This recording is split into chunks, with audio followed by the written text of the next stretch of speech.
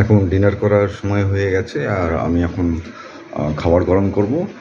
আর যেহেতু আমি এর আগের ভিডিওতেও বলেছি যে আমি একা মানুষ,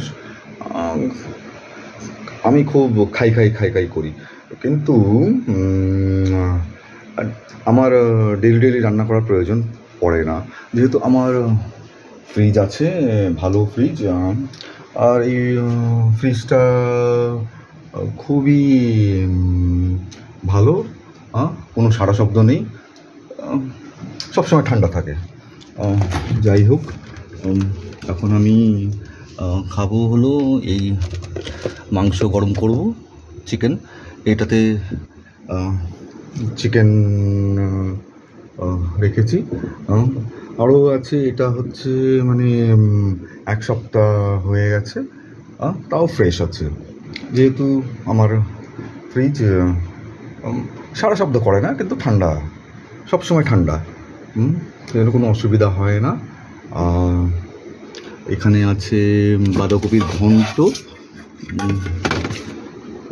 না এটা হচ্ছে নিরামিষ তরকারি। এটাও 7 দিনের, দেখুন তাও কত ফ্রেশ রয়েছে, পুরো ঠান্ডা, দারুণ।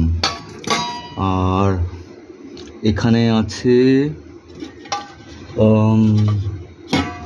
হচ্ছে মাছের তরকারি, এগুলো 7-8 দিনের আগেকার, কোনো প্রবলেম নেই, পুরো ফ্রেশ, আর খেতেও দারুণ লাগে।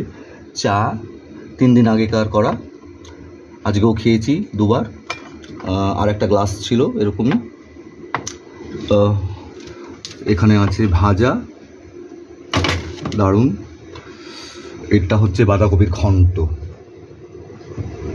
মাথা দিয়ে, কাতলা মাছের মাথা দিয়ে। আর এইটা হচ্ছে কাতলা মাছের তরকারি, হ্যাঁ কাতলা মাছের তরকারি। এই দইটা তো 2 সপ্তাহ হয়ে গেছে, তাও ফ্রেশ, পুরো ফ্রেশ, কেননা আমার ফ্রিজটা খুবই ভালো, কোনো সাড়া শব্দ নেই, কিন্তু ঠান্ডা রাখে।